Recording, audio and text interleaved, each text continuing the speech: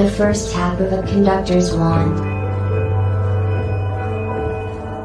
The first rivet in a mile-high tower.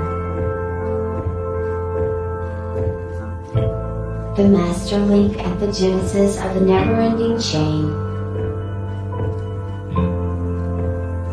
The moment a single empty canvas meets a singular master stroke. There is no one thing. Because now there are many. Because soon there will be more. Because one is ever the beginning. Like the first link in an infinite chain, or the first rivet in the tallest skyscraper.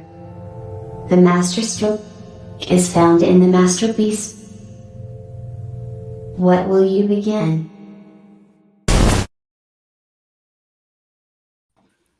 And welcome to World Blockchain Roundtable. This is episode 115, and today we are talking about the top 3 legacy systems to decentralize using blockchain. Let's go ahead and introduce our panel. We have Joe Dragon, architect of Dragon Chain. We've got Lisa Mighty Davis joining us, and we have Greg from Rivet. How's everybody doing today? Just wonderful. Great. And my name is John, and I'm your host for today. A little business to take care of from last week. Each host from last week is going to receive 80 lot. Each topic contributor is going to receive 50 lot. Last week's theme was possibilities of crypto and social media in the metaverse, nominated by Derox / Space Thorns, and they'll receive 50 lot. As a reminder, these ownership tokens come with perpetual passive income, free edits, and governance votes. The theme of this week, like I said, is top 3 legacy systems to decentralize using blockchain, which was nominated by I Am. Let's go ahead and jump into the questions today. We got some great questions today. I'm excited to get through them. The first one we have comes in from Derox. Where will these bureaucrats find work? Will they go on strike? Welcome to the labor market. Yeah. Where are other people going to find work, I guess, that make their money off of other people? Joe, you want to kick this one off for us? Well, I mean, I essentially, if a system were put on chain that would cause the bureaucrats to go away because the rules are just transparent and in one place for everybody to see what the rules are, they could do the things that other people do to earn money, maybe, right? Maybe they'd compete. Who knows? Learn to prompt engineer. Yeah. I was gonna say Rikers Island has a pile of rocks for them to pound. I think that's an idea. There's that's an probably idea. A better idea. Yeah, I think that's where they belong. If they don't get the rope, at least they can do some work for us that to pay up for all the damage they've done, right? You know, the funny thing is, even if we got rid of them all, there would really be no comeuppance because all of the economic gains we'd have from basically automating all of their bullshit and taking all the graft and bribery out of bureaucratic governance. Like, yep. it would save so much money and trouble and time that they would end up better off even jobless. This is true. So I agree. I think this is very much like a silly joke question a little bit, but I love there's truth in comedy, right? And I always say that and I always think about that. They do that. It's called a filibuster, right? You can sit there and go, we're not going to work and I'm not going to let you do anything that you need to do because I don't like it, right? It's already a thing. They can already have a recess in Congress for however long, so that they can't vote on things and they don't have to work because they have to go campaign and things like that. So, well, I mean, you're right. Bureaucrats can already go on strike. I mean, bureaucrats, though, are not necessarily the elected politicians, though, right? Yeah, and there's the thing: when the elected politicians do go on strike, we are all better off. That is one point to be made, and the other is that when the government shuts down because they say, "Oh, we don't have the budget," so we can't shut down, and they shut down the national parks and all that so that people notice, and so people, we need the government. The funny thing is, those people who are the bureaucrats, they have a furlough, and when they come back, they get their back pay. It's It doesn't ridiculous. affect There's them. no Mhm. risk Yeah. whatsoever if you're a government employee in any of this stuff. Right. It's like an inverse payday loan. Yeah, it's horrible. Yeah. Yeah. Lisa, anything you want to add to this? I'm just so this is just not the best way to start my day. Yeah. Oh, No, I'm good. I'm just I'm I'm mad now. No, I'm thinking of the Trading Spaces last night. We were watching I was thinking of Mortimer and I can't remember the other guys. You know, at the end of the movie, they're the ones that are homeless on the street because Eddie Murphy and Dan Aykroyd get together and are like, you know what? Let's stick it to them. They're playing games with we the people who are fighting and work doing the actual work, going to work every day and trying to make the money, do the things, and there's the powers that be that sit back and just play with all of us like we're puppets and waste our time and our energy. True. And so I'll be happy when Mortimer and his buddy are on the street when the bureaucrats pay the price. So there's one serious aspect of this question that I think bears addressing. Like, Joe, you worked in government service for a while, didn't you? As a contractor. Yep, exactly. And you sold them the unnecessarily convoluted system necessary. Nobody lost a job to automation, right? They just give them less and less important tasks to do with more and more important titles. Like you become, instead of like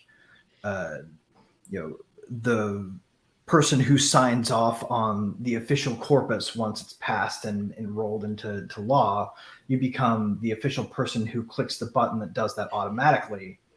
Yeah.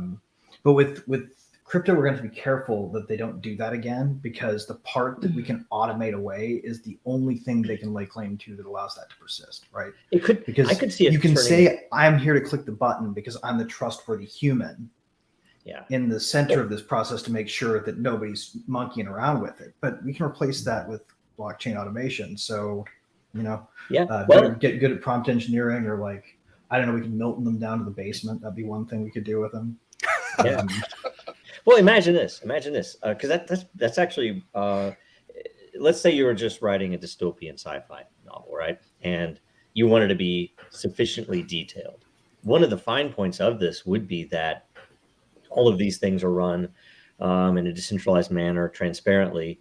And I don't know what your storyline would be, but the cool thing about it is, could you not see that those very people who used to click that button, and who before that used to go and do all those things, and before that used to go with a gun and do all those things, now is just entitled nobility or some other form of stratification in the government, that they have this power because his great grandfather used to click that button, and it's right. It's down. Well, and now they can totally just retire to CNN when they're done. So that's the other option they have. That's something I thought was funny too, because it's like, welcome to the labor market. I'm like, so many people that are like politicians, stuff like that, are of the age to retire. Like, just go retire. They're of the age to die, John. Yeah, like they literally had a stroke. Like Mitch McConnell had a stroke on television. Like, let's just. Or did he? Yeah. And it's not like he's like just he did. He's not just a single person in Congress. There are a bunch of them like that, but he's the leader, right? So it's like it's alternate theory that's more charitable. Maybe his whole life has been one gigantic, inexplicably coherent epileptic seizure, and he had a moment of clarity. He came back to himself for one moment, and then he went back to seizing. Oh my God! When that lady when that lady tapped him on the elbow for mentioning something he wasn't supposed to. Just like, hey, coincidentally. It's like, oh crap! Now they're gonna do that to me again. They just threaten him. They're like, one more mess up, and we're getting out the Dana Carvey Master of Disguises turtle suit for you. Well, he didn't have his aide sitting next to him like Feinstein telling him what to say. That was really when it was bad. That was really bad. Gosh, that's embarrassing. Just say I. They just need to move the hell over for us, man. The rest of the world knows, past that thin veneer of our military, there is nothing else. So. I think there should just be like, there's a minimum age for being a government official. There should be a maximum age as well. I don't know, just out of to get rid of Go to a that freaking nepotism. monastery, man. Yeah. Well, there should, there should be honor, and they surveillance should say, monastery. I don't need to be in the freaking in the Congress for 80 years or whatever the hell. Yeah. That's the biggest issue is a lack of honor, is lack of courage, and there's we have it's all the empty tools we shell need to fix it too, right? Like we could just literally turn the NSA on them and give us all privileged access.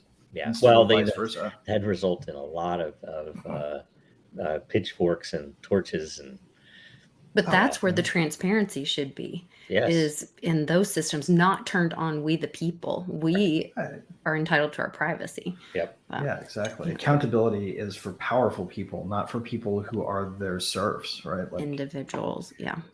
Like if we want That's the some next, real power in this system, then we need to have the tar and feather button available. Yeah, I think we, after a certain age, if you spend a certain amount of time, you just have to join the circus, and you have to be a travel. You know what? I'd pay pretty good money to see some of these people in a booth. Sounds pretty good. A couple of them, dude. Again, like I said, CNN, right? Yeah, you put a couple in. Oh, that's I like that, Greg. I don't know. You've got some good deep cuts today. Office Space cuts, Master Disguise cut. I'm appreciating it. Throw some of them in the stockades, and then we can throw tomatoes at them. That sounds like fun. Yeah, they should let's be go on able to the to next walk down the question. street. Let's go on to the next question. The next question is a little bit more involved. This one comes from I am. John, if you're hosting, which I am, please have each panelist tell us their top 3 legacy systems they would replace with a blockchain and briefly describe how they would do it. Thanks. I will take my answer off air. Talk radio joke. Great. Greg, you want to kick this one off for us? Oh, sure. Why not? Okay. First and foremost, this one may seem a little bit out there, but I would say international shipping and cabotage. What I would do is I would eliminate all of the bureaucratic paperwork around it. Structure the blockchain systems that check goods on and offshore to work on site at site of manufacture. And then I would build basically autonomous shipping containers so that we never ended up with another Ever Given. They could literally just roll into the ocean, go to their destination, and swarm the goods to the port of call rather than you can see a self-driving truck that can go by the ocean, can you not? Like, why do the goods have to go on a big ship, and why do they have to get loaded on a crane by union dock workers, and why does it have to be all bureaucratic and nightmarish? Well, because they have to process those forms at customs, right? It's all in service of that. The Suez Canal was plugged up with a big damn boat for a better part of 2 years ago, right? And it doesn't take much scratching of the surface to find even more ridiculous foibles that just aren't as newsworthy, right? Less fun to point a camera at all the bullshit they put people who ship things overseas and bring things in from overseas through, but it's no less destructive. Like, customs is one gigantic fucking Ever Given ship clogging up the global economy. So that's gone. Number 2, I'm going to go with, let's go with environmental impact statement review and challenges. What we're going to do is we're going to get rid of all of the argument. We're going to set up strict rules around which all of those systems are accountable, and then we're going to make them exception-free and argument non-prone. If that requires simplifying the damn report, great. But the net benefits to everybody will be things like drone deliveries that were supposed to happen in 2015 that could have happened in 2014, getting flipped on tomorrow. Or another good example would be, instead of the cabification of Uber, the Uberification of cabs. We would slide back in the other direction. How about one of my favorite benefits of this? God, there's just too many to fucking count. Point being, right now bureaucracy serves kind of a mediocrity state, a status quo of things getting slightly worse to make it easier to push the paper. Right. Finally, number 3, and this is my favorite. I would get rid of the entirety of the executive bureaucracy around charging people with crimes. We could do grand jury by Dow, and we could have no prosecutorial discretion in the bringing of charges. That could be all the Dow's decision. The people could literally direct vote on it. And then we wouldn't have Julian Assange rotting in Belmarsh. We'd have That's true. the right criminals being prosecuted for the right reasons behind the right bars, and the right people going free because that's what's right. And we could get rid of that if we got rid of all the political peonage built into the military-industrial complex administrative state. Hear, hear. Great answer. I understand. I have like 5 more too. So like 3 is a really hard thing. We'll see if we have time at the end of this to talk about it. There's also current events, which I think replacing things with blockchain would be current events. Lisa, do you have a top 3? I do. I do. Loans without banks, trades without brokers, and contracts without lawyers. And all of that can be done with Veritasium IP from Reggie Middleton. Hooray. Great. Fuck lawyers, man. They're total assholes. Great pithy answer. Yes, keeping it pithy. And then Joe, your top 3 legacy systems. I also have too many, so I'm dropping money. Let's just assume that that Bitcoin solves that someday, right?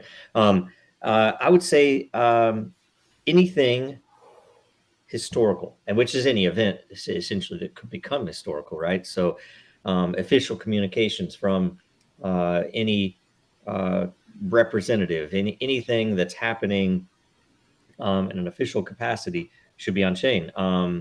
That would include commercial enterprises as well, which could become historical. But the point is, they would all be there, so that if we needed to make a decision to get, in some way that you have real information. There's not, whether it's climate data, whether it's other data, and that also then would lend to identity. And that would not mean that, everybody will know who you are. It's by your social security number. No, it would be something where you could generate anonymous identities. You could generate identities for your political life, for your social life, for your business life, and they could be separate and not attached. So I could make political statements without worrying about my job, right?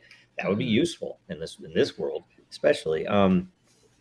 I really do like the legal. So my toss up for the third, and of course, if you ask me this later this afternoon, it'd be totally different set of things. But either way, would be medical and pharma stuff, because we don't have enough real transparent information about any of that. Is now obvious. Plus, we already know that thousands or maybe millions of people die because mistakes are made. And if you put things on chain, you had to have ways to get extra eyeballs on it, to apply AI to it, even to double check. Wait a minute, you guys missed this. This was the wrong medicine for this person, whatever else. And the responsibility would be there. So people would be a little more awake about, I'm not just going to shoot them with this because my name's freaking on it and it's going to come back and I'm going to owe a piece if this guy, dies. And then legal. So I split between that and legal. And I mean, I really like what Greg said, because in all truth, you imagine if you had, and that, frankly, one of the biggest issues in America, land of the free with the largest prison population on the planet, is that our justice system does not actually result in justice pretty much across the board. And and that isn't because we, the people, wouldn't be just. It is because the laws are so closed. You have to know the right people. You have to be in a certain class to get the right treatment.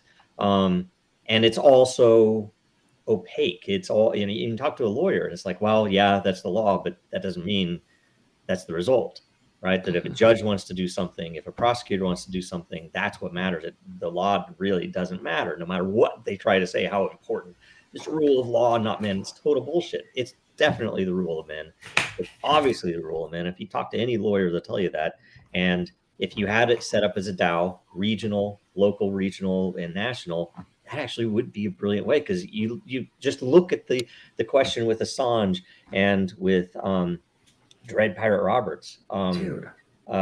They wouldn't be in prison right now if that were the case. Dude, That's the Joe. solution. Yeah. Even crazier than that, you could use autocracy in a micro context. You could have microtransactional autocracy such that the committee was never the same membership ever. Totally. Yeah.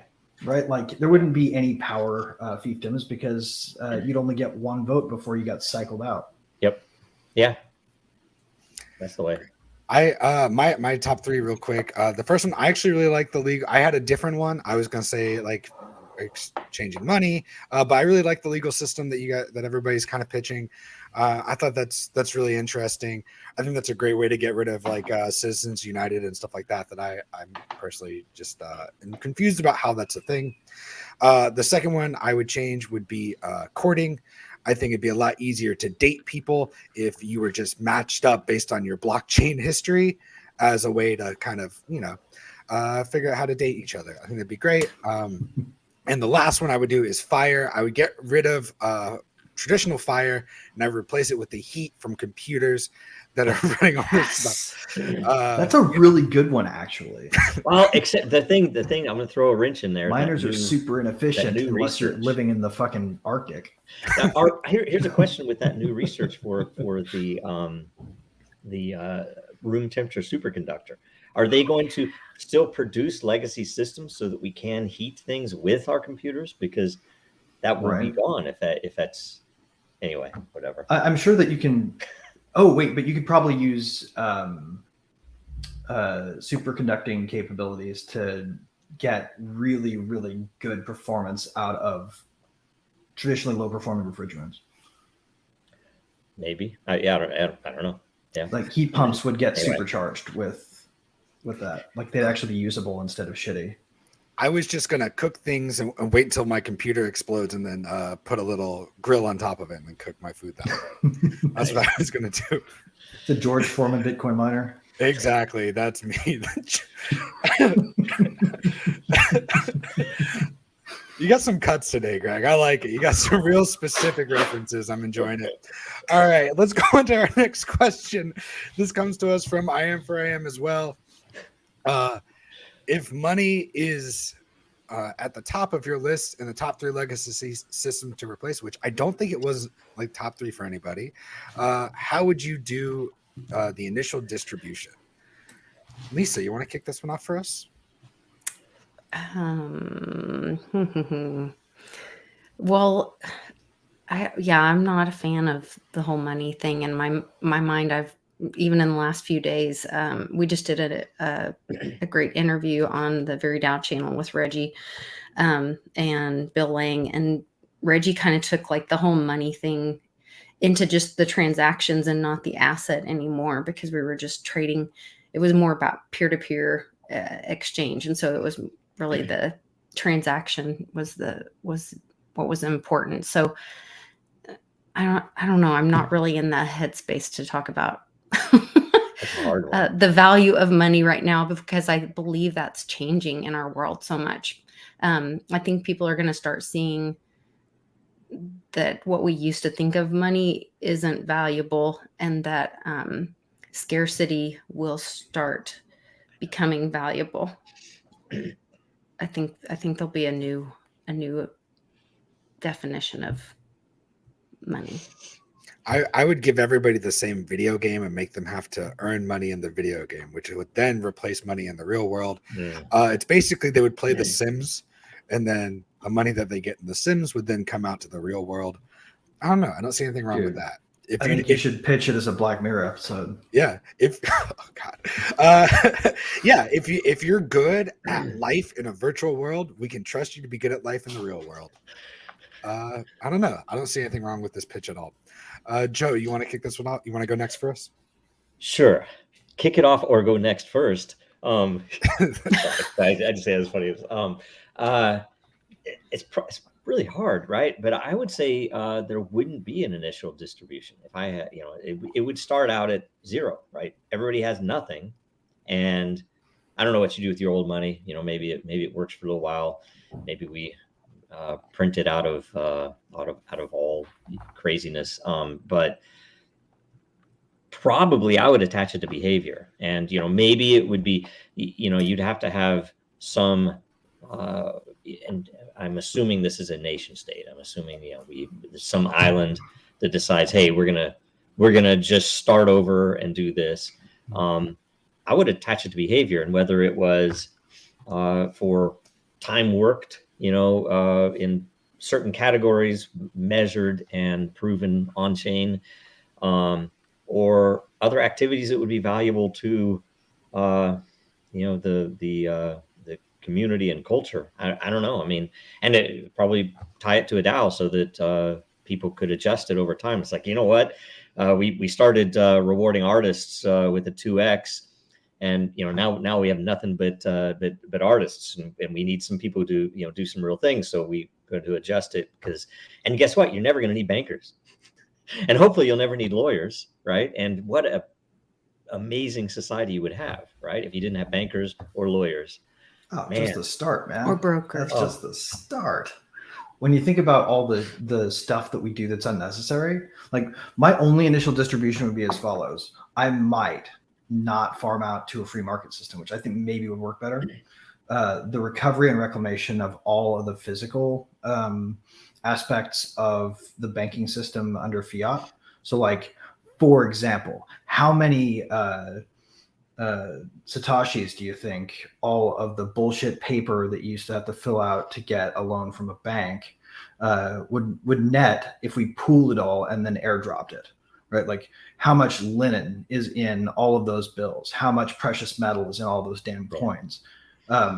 Like we can go up the chain with this. Have you ever just opened Google Maps and like typed in bank branch, and just hit enter? It is a mess. Like the amount of electricity we'll save alone will basically drive up the value of money, because we'll have, fewer dollars, yes, but or fewer units of currency, yes, because it'll be fixed. But but we'll also have fewer things for it to chase after that are unnecessarily created just so that some people can have a form stamping job. Yeah. And a great way to. I was going to say a great way to save the housing market a little bit too. That's a lot more housing that's available now. Oh, we have to repeal legal tender laws though. We really do. Like we got rid of all those because you need to be able to reclaim, like it needs to be legal for people to buy nickels and turn them back into smelted ore. Mm-hmm. Yeah. Have you ever if you ever been to, certain islands and everything is poor. And then there's a church, right? And the church is always immaculate, well kept, in perfect case, newly painted. I'm like, why are these people living like this in the churches like that? It's always odd. And then if you drive down Middle America, it's like, okay, so houses are houses, and then there's a bank. And the bank is always stone or brick. Yes. It's always high end, at least a couple $1 million building. And like, marble. And there's one every freaking corner. And it's the equivalent, in my opinion, of that. That's our church. Dude, it's where the graft has to come back, right? Like if you're going to submit yourself to the indignity of filling out a fucking bank charter, right, and letting somebody do a moral character fitness evaluation on you to see if you're worthy of running a business that you already want to run and know how, like they've got to give them something back. So those are totally sort of like padded grants and bond issues that they can't lose. Right. Yeah. They take everybody's money and they give it to those guys so they can build a financial institution. So I want to bring up something. I don't know if, and this will be for the audience at large. I think there might be it might be a good thing to say, hey, let's take like this legal application. If we did an entire show with questions and ideas on, okay, what would this mean? How would it work? What are the options? Not that we have to solve anything or come up with anything as a final, but that would be useful because, I think that I don't know, it's very obvious that it would be a positive to the world to do that. If you said, okay, and if you said, let's just say it's a city state, right? It's a little enclosed, it doesn't have to be the United States because that'll never work because X, Y, Z, right? It's like, no, this is just a little city state. Like we we're going to found Athens, and Athena, drops down and gives us an olive tree, and what are we going to do from here, right? And it would be something like this. If we could do it, here's how it would work. And I don't know, something like that might be useful.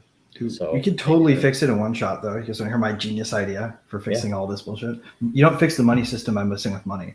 You fix the money system distribution-wise by setting up an incentive for the government to run surpluses. I think that everybody should get an airdrop of tax surplus every time there is not a budget deficit. Watch how fast people elect people who save money. That reminds me of the Warren Buffett idea. What was it? Like, if we're over like 3% in debt or inflation or whatever it was, everybody in government is kicked out and everybody's reelected. Kicked out. They should be killed. I mean, that's like in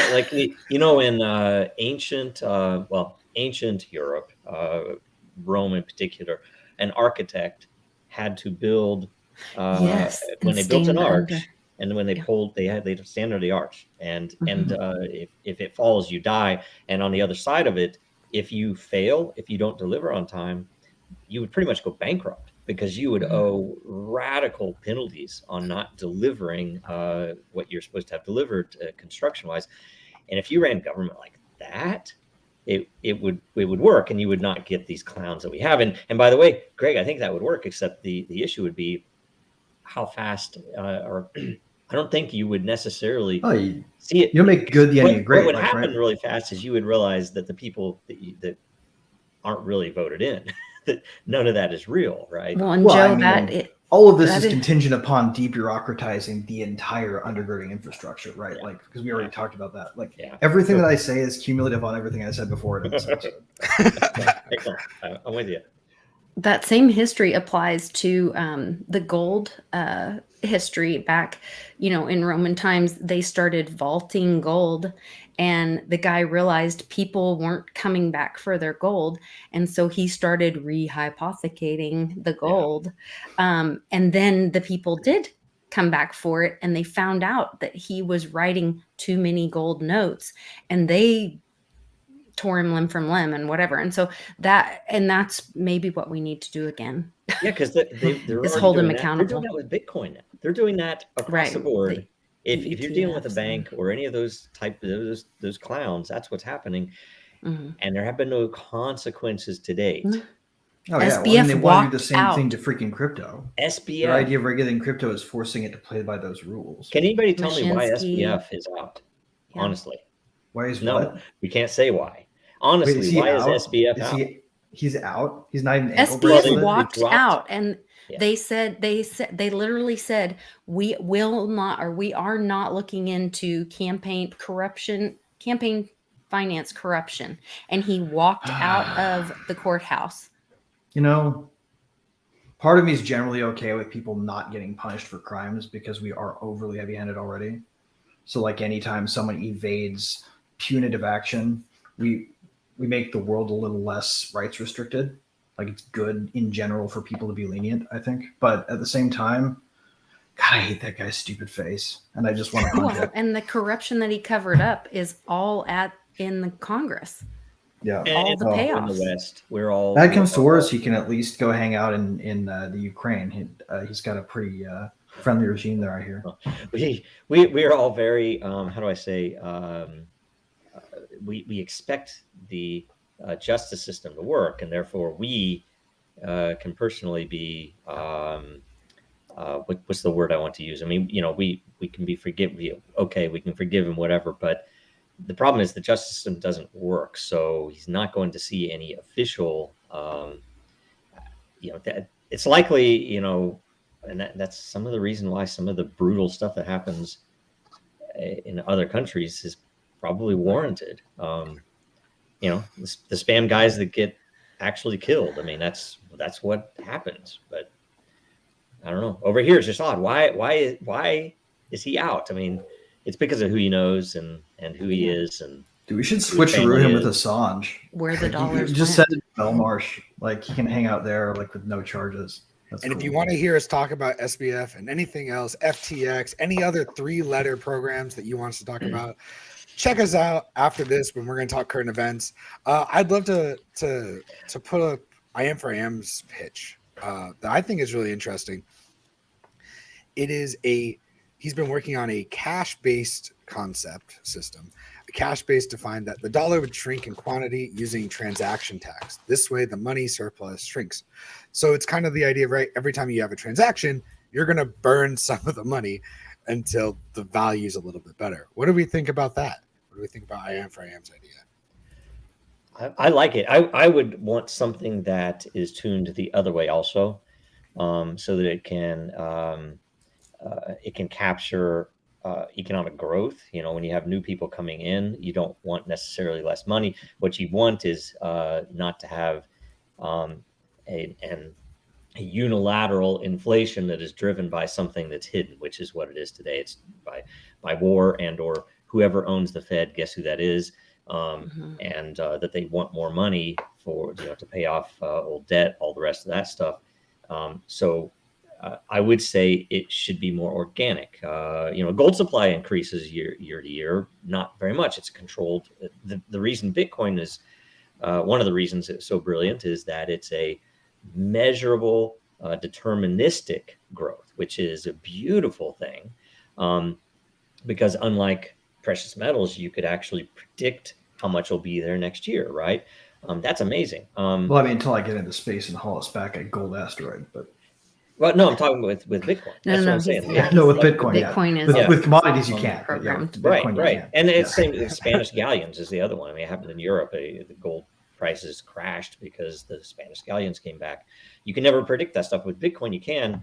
And the thing, though, that and I think it was like Satoshi throwing something. There were supposed reasons for the numbers and things like that, but it's still an inflationary system, or I can't remember what the word is, but it's an inflationary system that lowers the inflation over time is all it is. If instead you had something that could grow deterministically, with a certain number of transactions, then maybe the mining grows, but at the same time with those transactions, so that essentially you could come to a near equilibrium where the more transactions come in, the more gets burned, but also the more that gets minted for every next round. So you're kind of talking about the ETH burning system a bit there. A little bit, except that it's not as much written by VCs for their own purposes. Well, because I think the ETH burning system is not balanced. I don't. It has the same components. It has different governing parameters, but the mechanisms you're describing are all like the pieces are there. You can just retune it and get what you're talking about. It's about tuning and who's holding the keys, and if it's China or VCs or some dude in the cabinet. And ideally, it should be a trustless to the edge process where the system's dynamics themselves create the parameters rather than people deciding. Yeah, so I would agree. That would be awesome. And by the way, to get back to blockchain and justice. Imagine if you did have a DAO. It could be for all things, because you would have. You think about what happens in Rome, and some people would go after other people, but at least it would be in the open. And you say, well, why are they going after Joe? He didn't do anything wrong with that, but they actually have up here that they want a death penalty, right? Crazy stuff would happen, but in the end, the vote would also cause. I have to if this passes, I voted for it. I have to spend money to hire that person to go arrest this guy, and then all the rest of that stuff would be cooked into it. It would be pretty. We could solve the whole conundrum though of sort of injustice carried out by blind applications of the law, right? If we did just two little things, and it wouldn't take a blockchain. We could literally just require every judge to put before every jury an instruction about nullification. And always offer an equity defense, so you can always explain why what you did was right or not as bad as it's been made out to be. Like, people should be allowed to do that, and juries should be given instructions on how to tell the government to go jump in a lake because it's being overly harsh now. I always liked that, and I can't remember the exact. It's been too long, but where the Romans, if you were up for some charges, the prosecutor would give a penalty, proposed penalty, and the defense would give an alternate proposed penalty. So it became a really interesting game because, if you murdered someone, the prosecutor wants death, you aren't as a defense going to say, oh no, my client should just go free, because it's like, well, death is the choice then. But if you say, okay, 5 years or 10 years or 20 years, then you're more likely to get the jury to vote on that side. What if you murdered somebody who's genuinely bad but wasn't breaking any known Then, laws, though, right? yeah. Like, doesn't that deserve an equitable mitigation in like a truly just world? Like somebody is being like someone's out kicking babies when their moms aren't looking, just kicking over strollers. You catch them, you kill them. Yes, it would formalize. Well, there's the thing. It would formalize 25 to life, in my opinion.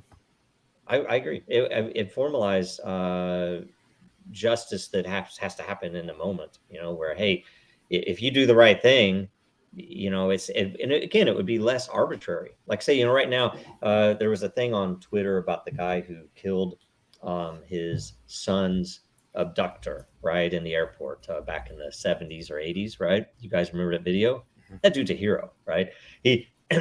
By the way, it's almost like that was a movie filmed. I mean, it was just like, it was so. Did this just come out? This story no, it just come out? 70s or 80s. They're bringing this this horrible person.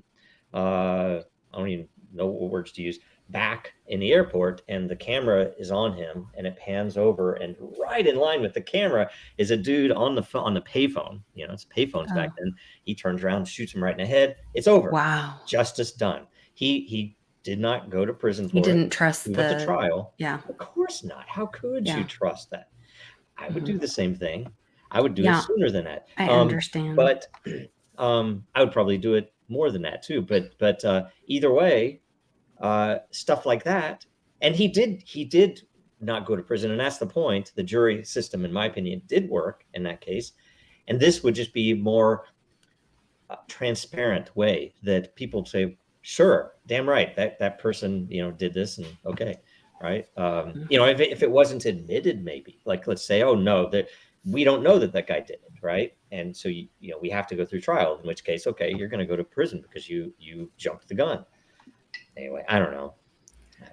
I have a question about, I think the only thing that I don't understand with this a little bit is, if we're letting everybody make decisions, like, and everybody gets an equal vote, right? How does propaganda and marketing fit into that?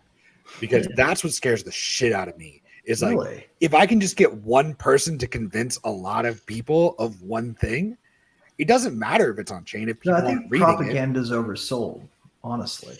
I think there's a reason why everybody wants to own Nikes. I think there's a reason why people are like, I want to. Well, because brands have halo effects, right? If nobody ever at Nike made a single good shoe, then it wouldn't matter how much propaganda they went with you after, right? You might buy one, and then when it fell apart, you're like, fuck that stupid shit.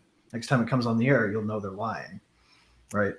The propaganda has a shelf life of one. It's like a 0 day on consciousness. Yeah, it's there's a lot of stuff that's dead with the new generation. I just talked to my daughter about this, that advertising tends to not work with them because they see through everything, because they're jaded or they've seen so many lies that people overcredited Pavlov with having an impact on human cognition in any real way. But I don't think that Pavlovian methods work. And that's why history matters. And that's why if you had the ability to go back and look at the truth, and a lot of people won't, but a lot of people will if it's there. The problem is it's not there. There's, you can't go. Luckily, people just get it because they understand it.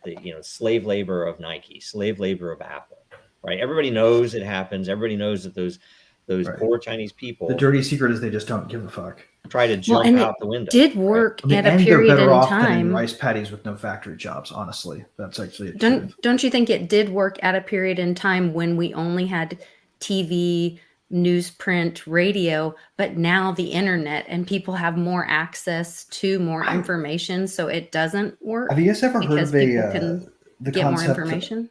Have you guys ever heard of a concept of a preference cascade? No. So I think what happened is they were able to convince people that they were the only ones who didn't believe the propaganda.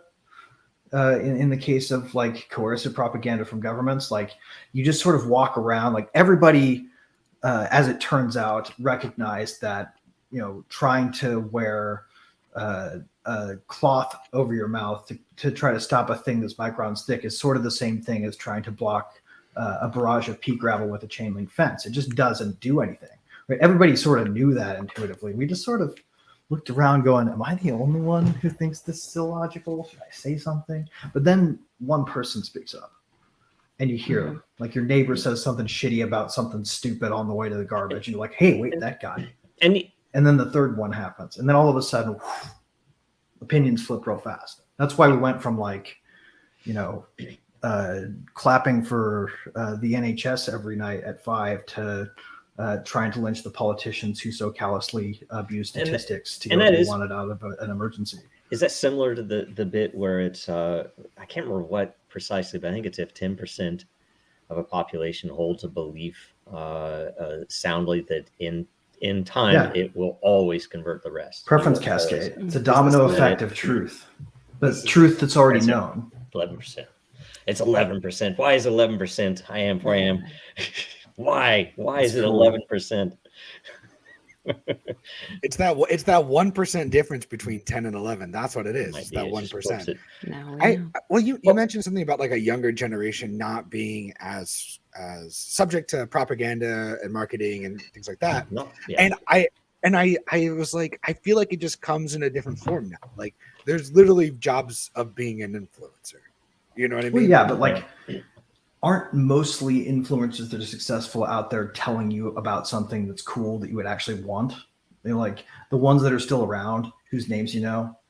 I think they're telling you to get something that you don't need and that you shouldn't want, but they make it seem like you should need it and you should. Isn't that pretty subjective though? Like, no, what one wants and needs is like kind of the personal. I think need is one thing that's not subject. Like need, totally. And I would say I can prove it to you right now. I think it might apply to. Do you need shaving cream? Nope. I think it might apply to like Coca-Cola and McDonald's things you totally buy outright, right? Retail stuff. When you look at political stuff, or hey, go get your jab, I think that falls apart because I think they are more susceptible to that. Or do people with chronic pain need fentanyl? Right? Maybe. Well, and there's the other side of it too. The danger that is there, and I do not prefer a direct democracy because it's radically dangerous because of demagogues, and that's the thing. It's like, oh, we should banish this person. The Greeks did this all the time. Right.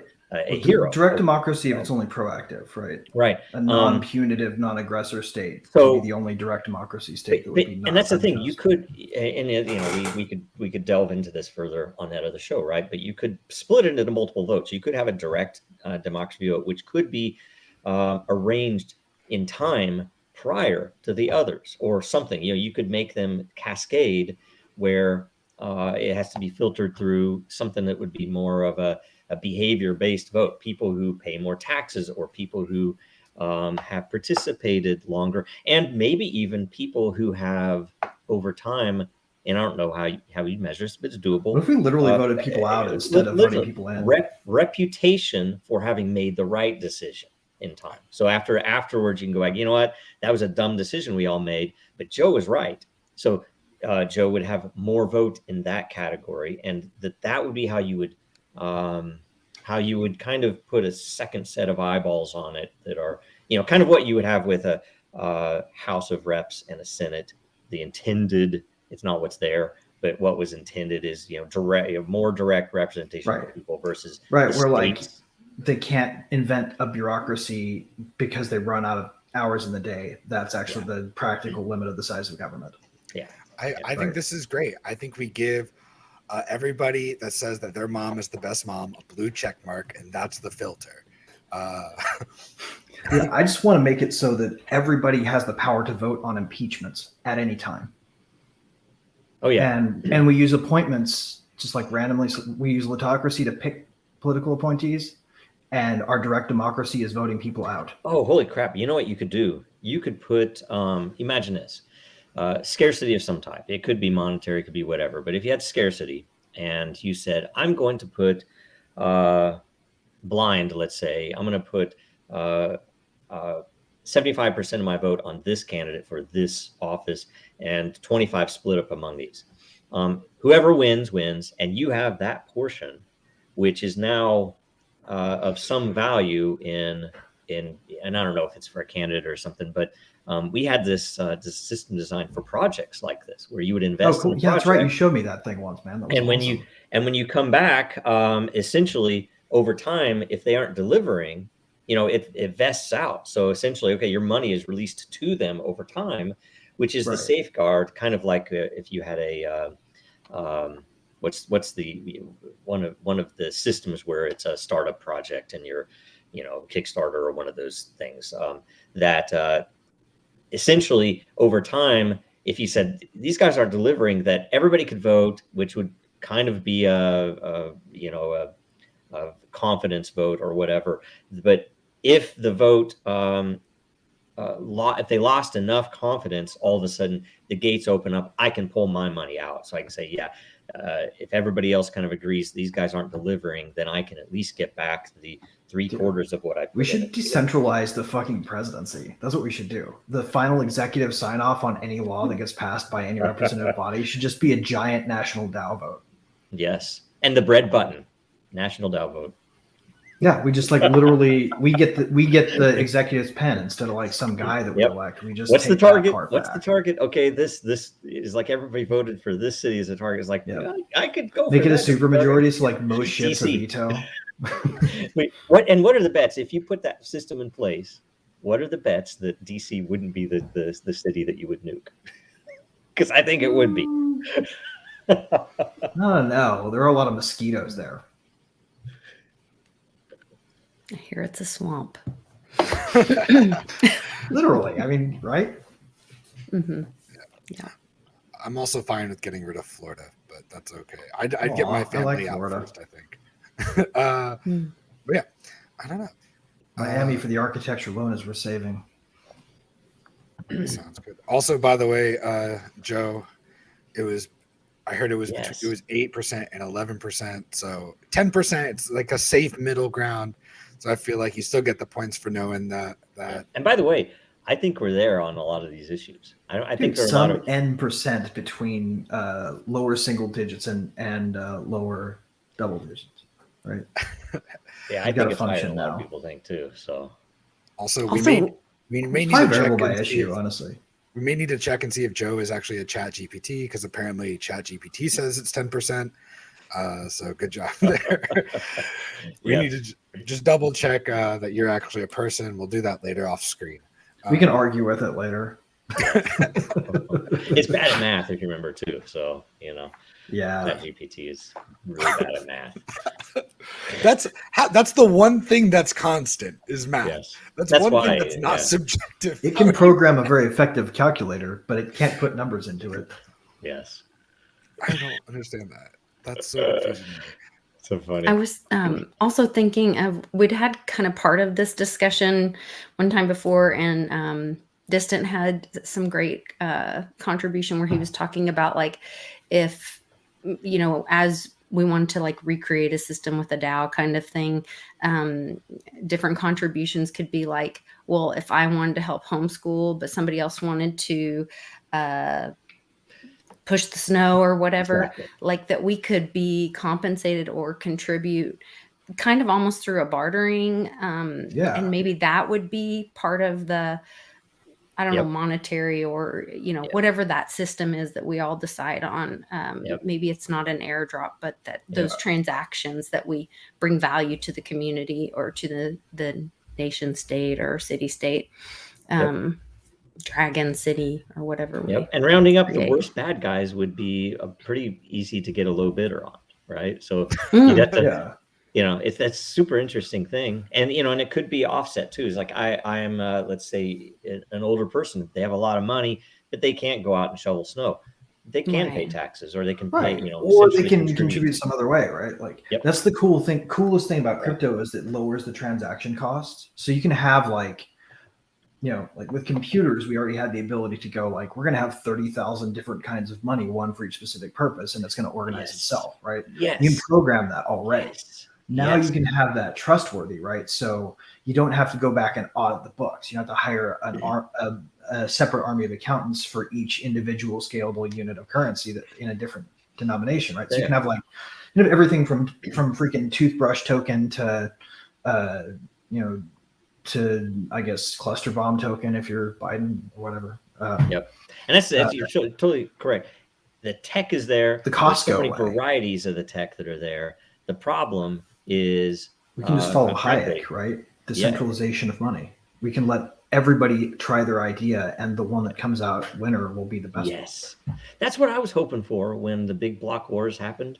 I was hoping for, and when all the altcoins, essentially it should be a competition of systems, monies, networks, and whatever combinations work should be the winner. It's turned out to be very manipulated, and it's early, super early, so I don't think this is done. But the problem has been that nation states have been involved, bad actors, banks have been involved in ways that have more influence. Right. Than As soon as they you end up with should. somebody with a gun and the power to say no, you've ruined the whole freaking experiment, basically. Yeah. Yep. And that's why. So I saved this on here. This was super interesting, and I think fitting exactly what I think.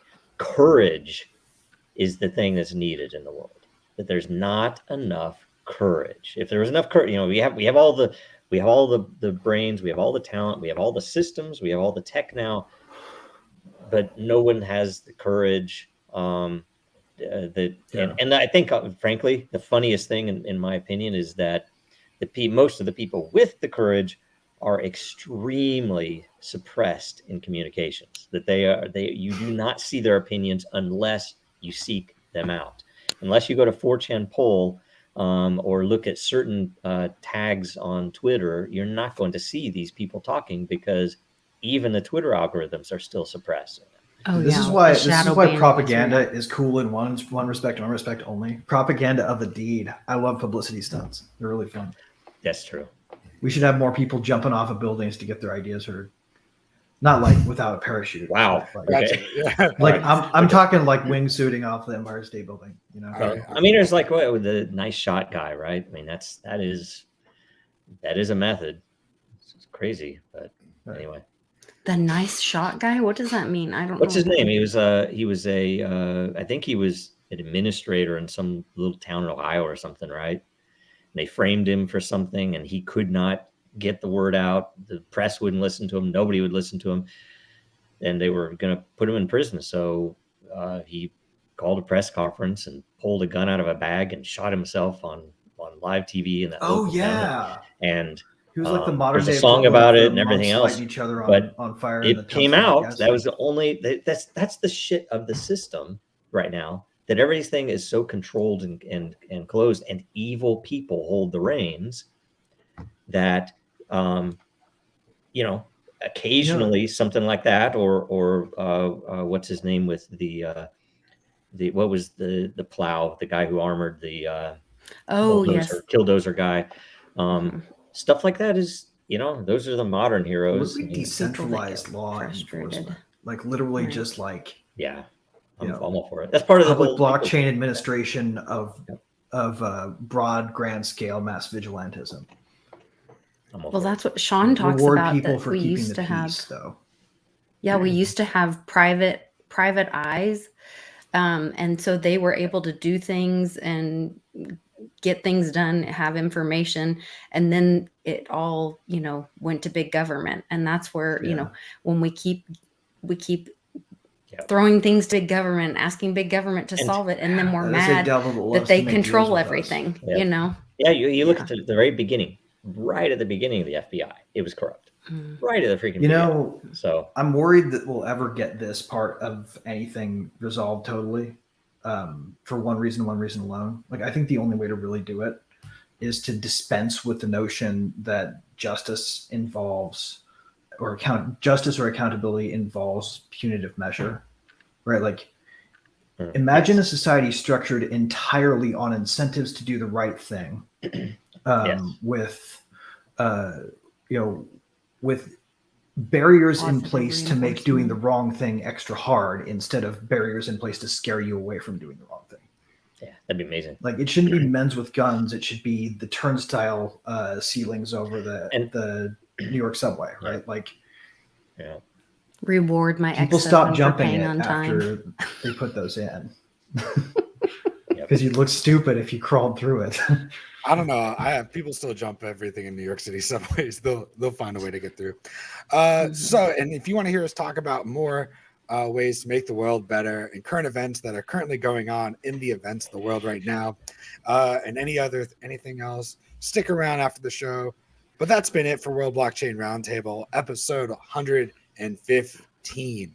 Joe, anything you'd like to plug or let people know about before we head into current events? No DINDAO call today. But next week, I think we're going to have one. We had some interesting questions in the AMA this morning that essentially would push us towards releasing nightly or weekly info for leaderboard, and I think for even more stuff, people to peruse all of the the details of those prediction markets and stuff. So there could be some cool stuff there. That's probably it. So yeah, watch next week on that, and make sure you share and subscribe. Share this episode, right? Yeah.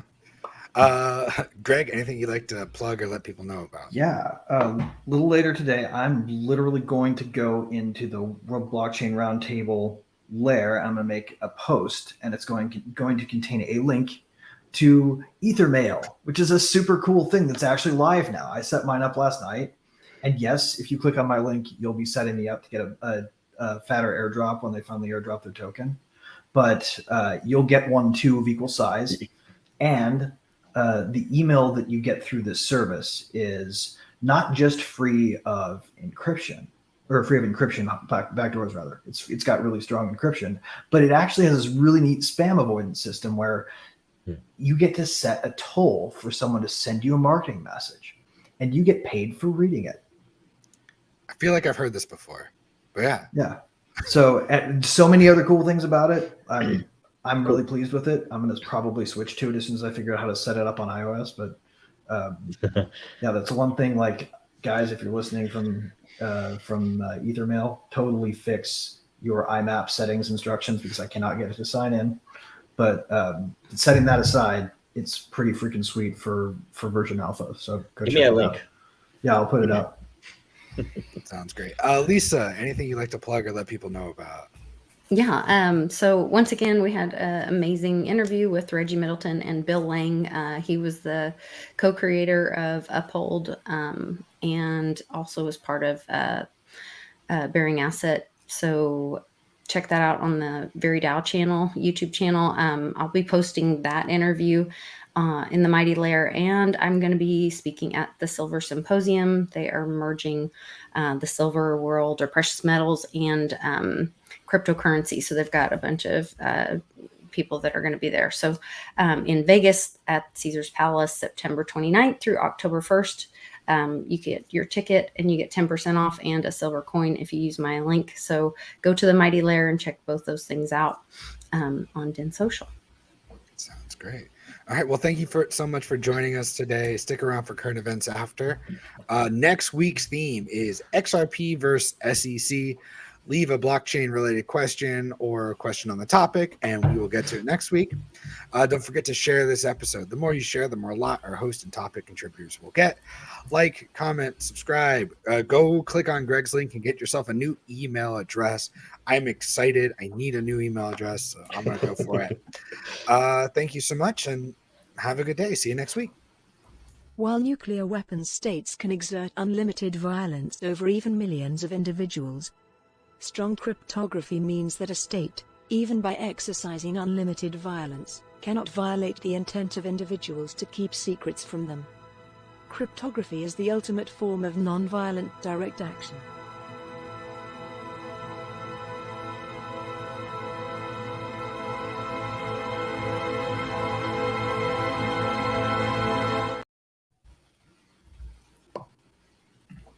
Nice. All right. Fun show. I liked it. That was fun. I liked at the end too because we ran out of questions, but we did a good job of talking. Good job. Well, I like Joe's idea of doing a whole show about like building it and what if and that could be fun. Like if you did topics, like if you did, this month we have one, 1 week that's all we do is how would you build this, and people would ask questions about it or offer ideas, and we could then just riff on that. It'd be like Dragon World, Dragon State. Yeah. It's the topic today was a really madcap kind of idea too, because what we're dealing with blockchains is ultimately a foundational tech, right? So it's actually going to roll out across everything once we get it to the point where it makes sense to not use different stuff, right? Like when we first started out with automation, via cloud services and whatnot, we didn't start off by going, how can we apply this to literally everything, right? We started off with like, how can we solve the most important problems to solve that are designed to be solved with this? And everything else we're going to leave to these old systems until things catch up. But then there's like this magic point where it doesn't make any sense to use specialized systems for separate things. It's easier just to throw the whole thing at the problem, right? Like instead of databases that are not blockchains, we'll just have blockchains, and that will be what we think of as databases eventually. Yeah. It's like if you had, it goes everywhere. If you could get a foothold, right? You could do a lot of great things. The problem has been generally that other than noise, there's a lot of noise and BS. There's a lot of stuff that isn't what it purports to be. But if you've got a foothold, something like that could work, where it's basically, we're going to decide to do this, and then all of a sudden, okay, we want to make a system that does that, and it operates kind of the same way this system does. There you go. Right. That would tend to work, but the problem is that there are so many legacy systems that have extremely powerful states and how things work. There's no way to fix. You can't set up a bounty system for filling potholes because anybody going to try and that's going to get arrested. Yeah. And like say the voting, like I've even talked about that. Very clear. We don't want to change the interfaces. We don't want to make it harder for grandma to vote. We don't want to do anything that isn't already possible. All we want to do is properly record and prove that this is the real vote, and let anybody count it. Let anybody have all of the proof they need without doxing anyone. You don't lose any of those rules. Non-starter, no way in hell that'll never happen. So, and there's a reason that'll never happen. The same reason that the banks, in my opinion, humble opinion, very much crippled Bitcoin. That's why Bitcoin cannot scale to worldwide use. Right, and why DAI is busted permanently because it sucked up all that USDC. Yep. Yeah. So I mean, there's a whole bunch of crazy stuff like that, and you just have to say, okay, so low-hanging fruit or put indoor type use cases or what you kind of. Blockchain's not immune to it either. That's the other thing too. We got to remember, right? Like, have you guys recently thought about the tragedy that is Gnosis Safe token for No, what SafeDAO? happened? I don't even know. Yeah. They've still got it locked for exchange. It literally has zero market value because they won't let it have one. And they're curious as to why nobody wants to work on the DAO. Gnosis, the project themselves?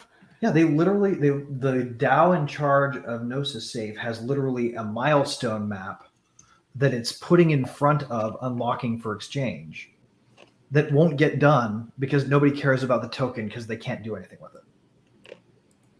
Like there's no market value in giving a damn until all this stuff happens, and they're saying until all this stuff happens, we're not going to let market value exist. It's like what happened to the decentralization, I guess. They have a reason. We have to remember that we can create kludgy bureaucracies that ruin everything with blockchains too. Oh yeah, it's by the way, the most likely thing is you're going to get a kludgy democracy because people, and that's why we've spent so much time on behavior, because you can get a lot further with behavior than with a token based governance, because behavior-based governance can include token economic things. That, hey, part of your is how much you earn, how much you keep, how much you use versus how much you dump, right? Those are pieces of your behavior, but also is how many times did you vote? How quickly did you vote when an issue came up?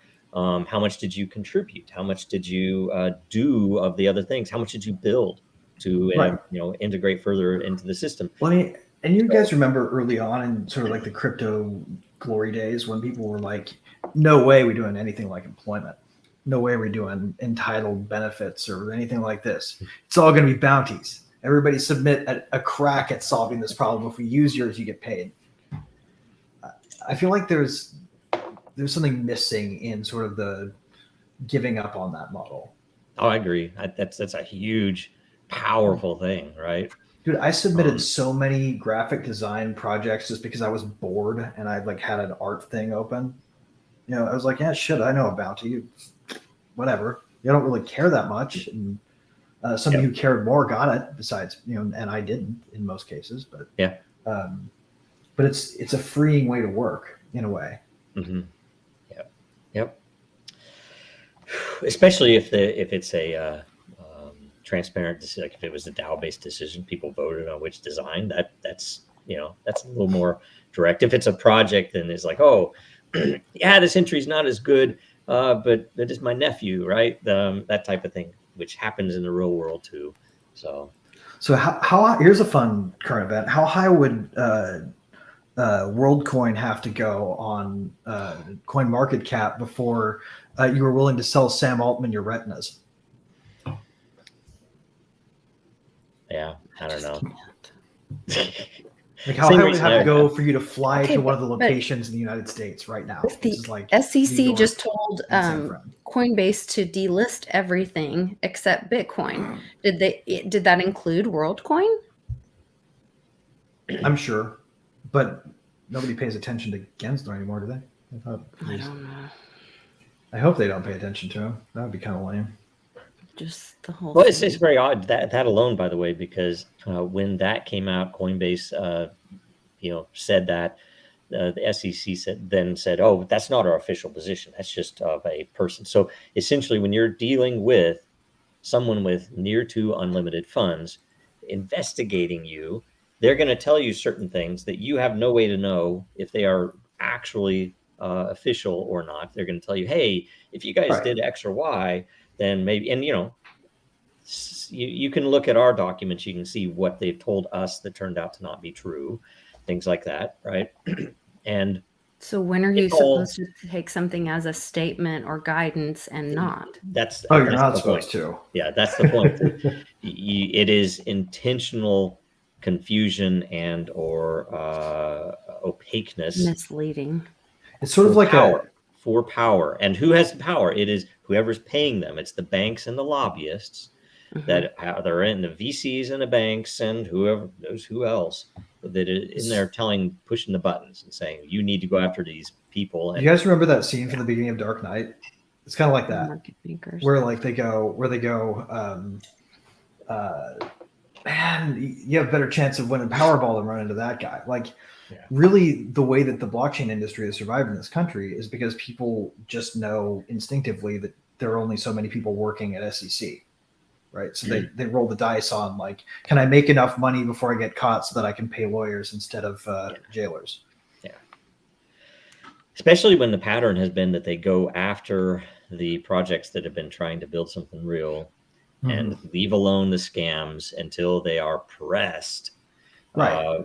They were literally working with FTX and Sam Bankman-Fried in private. I couldn't get a freaking meeting. Although we really need to be clear on the fact that he didn't have a crypto project.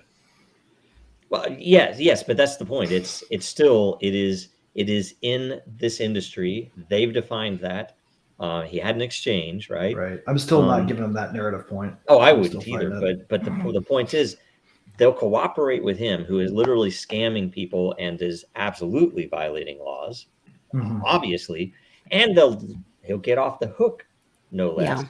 It's the same reason they wanted what's his butt with the Lolita Express to die in jail, right? Like they don't want them going through his books and finding out where that money They went. had. You think of the threats. They had like say Luna, right? I mean that he was at multi-billion-dollar market cap. They didn't give a shit. Then everything collapses, and it even takes them months after that to go after him. And Dude, I just want to have my tinfoil hat conspiracy answered about the guy because I'm pretty sure he's got to be responsible for the Adderall shortage. So what's going on with? I just saw them going after CZ like crazy. Because he those took guys down FTX. That's he's on their hit list because of that. Because he could expatriate without really taking like. So that's one of those companies that's bigger than the SEC still, right? Yeah. They have kind of Coinbase chutzpah. And there is no Batman. Unfortunately, there's no Batman that they could send after him. And I don't think Batman would go after him. I think he in my opinion, now who knows? I don't know the guy, and I've actually been in an email exchange with him once, but very short. But I think he really pushed his position of honor up when that stuff happened. Now I don't know all of the stuff behind the scenes, and I don't know how people who operate exchanges and stuff. Who knows? But I was at least impressed with his actions with FTX. And dude, values are easy to have when you don't have anybody challenging them. True. So, man. Anyway. Interesting. Anyway, good stuff. Yeah. So what else do we have to cover for recent current events? I've been getting my Ether mail this entire time. It's pretty cool. Nice. Isn't that awesome? Cool. But now I got to spend like $26 so I don't have to use like the wallet. Oh, you want to have it? Do you not have an ENS name? I have some spare ones I can send you. I don't have an ENS name. So my God, I've got some great ones. I'm using Diet Mountain Dew .eth right now. Spelled like the brand. They are totally pretty cool. They're I literally don't have any Ether or Ether transactions either. So that's the other fun part. Dude, I actually have missing -te.eth if you want it. Missing teeth. Oh, that is brilliant. That's pretty good. John, I'll take whichever one you like the least. If you want to actually. So if you put an ENS account on it, you can change it later, right? Because I'm trying to figure out, do I just use something in my browser right now, or do I need to go get a hardware wallet to sign up? I don't want to, regret signing up with a set of keys and my stupid freaking browser plugin, right? Yeah. I don't know. I don't know yet how it works. Maybe don't link it to your main. Mm-hmm. Yeah. I don't know. I've set up several. Yeah. So I have no money in my wallet, so it doesn't matter to me. They can take whatever they want out of it. Yeah. Definitely don't store most of your assets in your mailbox. Yeah. So right. Good point. Yeah. I've never backed up my browser, my browser side wallets, right? Because I don't use them for anything that holds anything. Yeah. I don't trust them. They're just hanging out there. And JP Morgan owns MetaMask, right? Is that correct? So was sold, like the IP to MetaMask was sold by Lubin to JP Morgan. That was. Are you serious? Sued for? Yeah. Oh. Yeah, he's apparently getting sued for that, but something, I don't know if it's in Switzerland. I don't know, some crazy stuff. Maybe secretly Jamie Dimon is Batman. Maybe he secretly loves ETH. No. Well, that might be. Maybe he secretly loves decentralized systems. Maybe he's there's a picture of him and CZ at Versailles. Central banking. Really? Maybe he flipped and became a good guy for something. I really, if you want to know how these things are networked, we need we need Maxwell's Black Book. That's the only way to really figure out who's connected to who in this world. So we're not going to get that without violence, I don't think. I am totally on it with the situation with the Addies. It's good to know. So I'm like doing some like MetaMask things through PayPal so I can buy shit or whatever, and that feels so sketchy because they need my like social security number. It feels really weird there. Yeah, that's weird. like, PayPal. Why do you PayPal? Why do you need my social security number for this? Well, here's the other thing, They John. should If you have not any need money in your that, should PayPal they? account and you're on a video stream with me and Lisa and Greg, you better be careful because they're going to freeze your account sooner or later. All right. Well, Yeah, I can't get a Venmo because I'm a patriot. You're- So If Yeah. that happens though, instant Descent brand, right? You can join all the greats over on Rumble if you're willing to say it out loud after they come for you. I'll put it this way. I'll just not use PayPal. That's fine with me. I don't yeah. need it. Yeah, PayPal sucks anyway. That's what's like MetaMask like wants me to use PayPal. I'm like, I don't like that. Is there another option that's not a PayPaler? It's cool. There may be soon if No. X becomes finance enabled. True. I don't know. I still have this dream where Elon Musk turns around and does what Zuck should have done with Libra, and instead of announcing that they were thinking about doing it, announced it the day that they dropped it, like Steve Jobs did when he announced the iPhone. Just poof, we have a crypto. Like we airdropped it to everybody who has an account. That's what should happen. Fuck you. Also, guys. yeah, Twitter phone. Do you imagine how payments. much chaos? Yep. Not Twitter, X phone, whatever the hell. X versus Twitter. Whatever. But Yeah. That's so confusing. I didn't think that was real. Honestly, I thought it was like a joke thing that was gonna like change probably after a started day or as a something. joke. And then I looked at my phone. I'm like, what the fuck is this app? And I'm like, oh, this is the X app. Oh my god. You know so the I best had part about I was that trying is he's totally got the Twitter brand still. I don't understand. I saw somebody was like talking about. I was like, is he getting rid of Twitter? Because now somebody can go buy the name Twitter or go get the domain Oh. or something for it now. No. They can he'll maybe just buy it keep from it him if he'll forever. sell it. Yeah. Yeah. I was just like, what is going on? Yeah, I had the hardest time. I was doing the show like the day it happened or whatever. And so I'm looking for him at the tab to screen share. And I'm like, okay, where's the little bird? Like, I can't find the little bird. And then finally I realized like, oh, because now it's a little black X. So I That's a couldn't cool find character. thing. Unicode lore. That is a unique Unicode character for maths. That X with the slash. Yeah, I can pull up more detail about it. let's see if I can find They something. They made him take down the X off the building. This is the funniest thing to me. Landlord hates Apparent- it, man. I mean, I keep hearing that what a horrible place San Francisco is. There's like poop on the streets and homeless people sleeping everywhere and crack and needles and whatever. But they're worried about like a neon sign on top of a building. That Sounds very offends San them. Fran to me. Yeah. I was like, that offends course. you, really? Like, Everybody else is just living their lives, but you're obstructing our view. Yeah. oh I my know. goodness. I also think it's fun. Like, what was I saying? Like, somebody was talking about how he's like stealing. Like, there's another brand out there that's like called X or something. I like- hate that argument. And to me, what I don't Legal get, red herring. yeah, and what I don't get too is like, how can like you have? It's like having dibs on a letter of the alphabet. Like, it's just one letter. That's Well, so- it's not so weird So there's thing some to do. validity in that, right? Like it's not just the letter; it's the way you present it and what you hang it over, right? yeah. That's what you have to think about with trademarks. And this is what pisses me off. All the people like he's gonna get sued. Well, yeah, maybe because you can file any lawsuit for the most part and not get censured as a lawyer. Like it has to be a really, really baseless claim for you to get thrown out of court and penalized. Right? You can get thrown out of court for making just about any argument, and they'll let you walk away scot-free with all the fees you collected as a lawyer, right? Yeah. So trademark attorneys enjoy, but there's no claim that's going to stick because name me a social media brand also named X. Yeah. Is it Xbox maybe? Are they going to get people going to get legitimately confused about the brands? Yeah. No.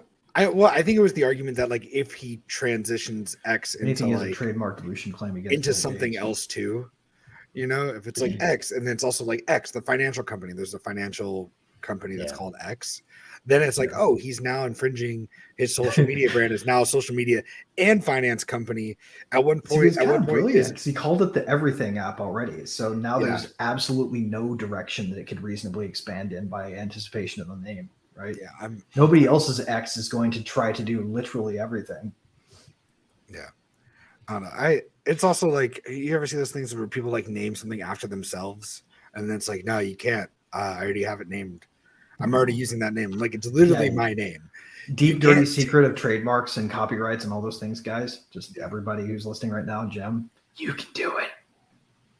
They mostly can't stop you. I remember there was a in Gainesville in Florida, there was like a music venue that got sued by another music venue called Double Down in Las Vegas to make them change their name. I'm like, nobody's gonna get confused between the Las Vegas music venue and the one in Florida. Also, I feel like KFC should be suing both of them. Like, Right. Well, wait, What no, is though. going- One sells burgers, one sells chicken, though. So they're not the same kind of brand. There's no room for confusion. yeah, You know, there's I have a friend that is in the Netherlands, right? And I always give him crap about this because it's hilarious that he came over and visited, and he really wanted to go to Wendy's. I'm like, why Wendy's, right? It's like, you really want to go to Wendy's. Dave It's like, Thomas was there's a no Wendy's over pretty there. cool Why is there dude. no Wendy's over there?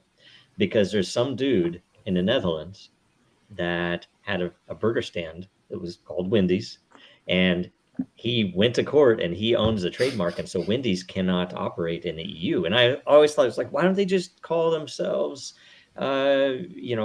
Euro Wendy's or something like that? See, that's a They can get- failure to negotiate, No. in my opinion. Right, That is a I failure agree. to I negotiate. agree, They but- should have operated co-branding. But he just beside himself, that he hates the fact that he can't get Wendy's over there. So every time I go to a Wendy's, I make sure I take. So they just don't operate there rather than have like an alt brand. Like they can't have a Carl's Jr. version of Hardee's I don't know. over there. Wouldn't you think? Wendy's. You would Junior. think. I think it's because it pissed him off. He's like, "Hey, screw you! None of you can have Wendy's then." Yeah, I mean, he had another daughter, didn't he? I don't actually know, right? Yeah, I don't know. I don't know. Dave's dead, and rest his soul. That guy was a good man, but Yep. big fan of Dave Thomas actually. Me too. But Yeah, I think He did a ran that- lot for ran that kids right. in foster care. Yeah. right. Well, I mean, and he named his restaurant after his kid. That was a cool thing to do, Yep. even though she didn't want anything to do with it first. Yeah, you can tell too how they operated. At one time that they found a human finger or something in one of the things, they came right out. They didn't do anything. It's like something went wrong, and they didn't try to fake it or anything else. And he said it's never going to happen again, right? They were very, like you should be, very straightforward, It's a So big check to have to write, but you got to write it. yep, If you get caught with that, it's definitely not one of those things where you want to like try to pretend it didn't happen. right. I don't know. I was just impressed. I was like, Because they could have totally gone with the Kentucky Fried Mouse defense and maybe gotten away with it. Yep. Oh yeah. See, exactly. Yeah, the chicken heads, right? That always come up in McDonald's chicken nuggets, right? Right. I mean, there's They always literally try a to- whole sequence in the film version of The Beach where they talk about the Kentucky Fried Mouse. Although I'm not sure that was in the book. I'm looking for a picture related to the X thing, which I might or might not find. And I will tell you, here's another thing about censorship. Certain photo cloud-based systems literally do not index certain terms. So if there are certain terms that might be funny, but might be offensive in some way, they literally will not index that word, even though it used to be a great system because you could say, what did it say on that picture? And then you could think of Right. anything it said and you could find it. Now you can't. You can't find Oh, these pictures dude. anymore. Here's a current event. Google doesn't work anymore. You guys notice that? Yes. Like they've even managed to poison DuckDuckGo's recopying of their index. What do you mean? Like, In what way? okay, 12 months ago, I was able to Google and find a blog post by a dissident former employee of Tor who wrote a gigantic expository case defending the honor of the very wronged and very targeted by nation states who hate the guts out of WikiLeaks.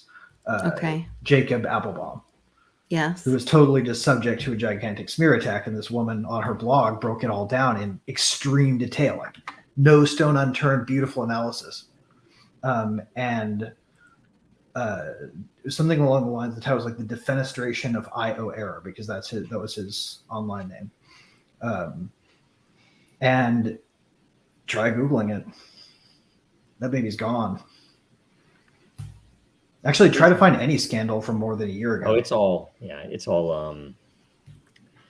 Sterilized, sanitized. yes. And you much also the same can't way paste that- BIP 39 key phrases into Google Images anymore and get any results that resemble people's 12 words. Yeah, that's, I mean, that literally is some of the reasons that they really want to push AI and not blockchain, because blockchain, at least the humans have some ability to see what's going on, influence it if it's set up that way.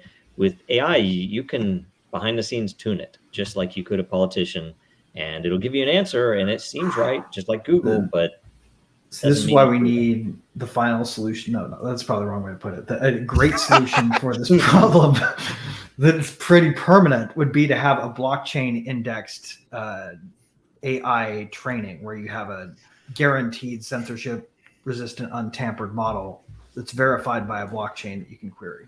Yeah. Right. Yeah. So I am for am just said there's a club or restaurant in New York called Den Social. There's also an apartment complex that we were actually at one point looking at moving into called Denizen.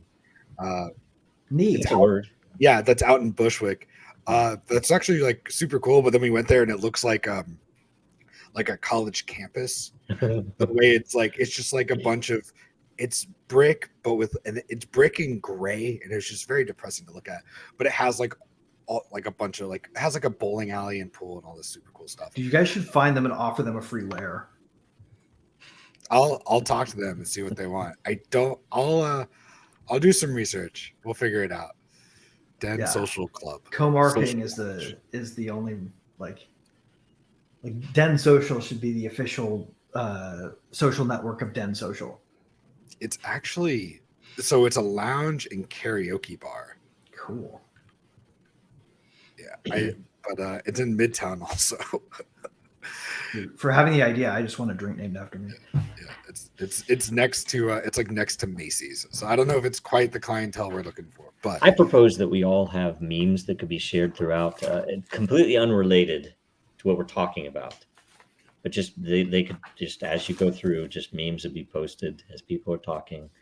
I'm only afraid because I can't actually even shout. I'm not confident enough to share with you guys some of the ones that I have, other than pulling them up one at a time. So that would be funny if like during the show, like on the World Blockchain table, chat on Den, if you could only share pictures. And yes, that was dude. You make it so you can. Yes. You have to Wait, talk what the? via This memes. is. Man, he stole my idea. I was thinking we could do like a literal meme sharing, where like you have a printout helmet with it on there. Like you just put on the meme. Mm-hmm. Yeah.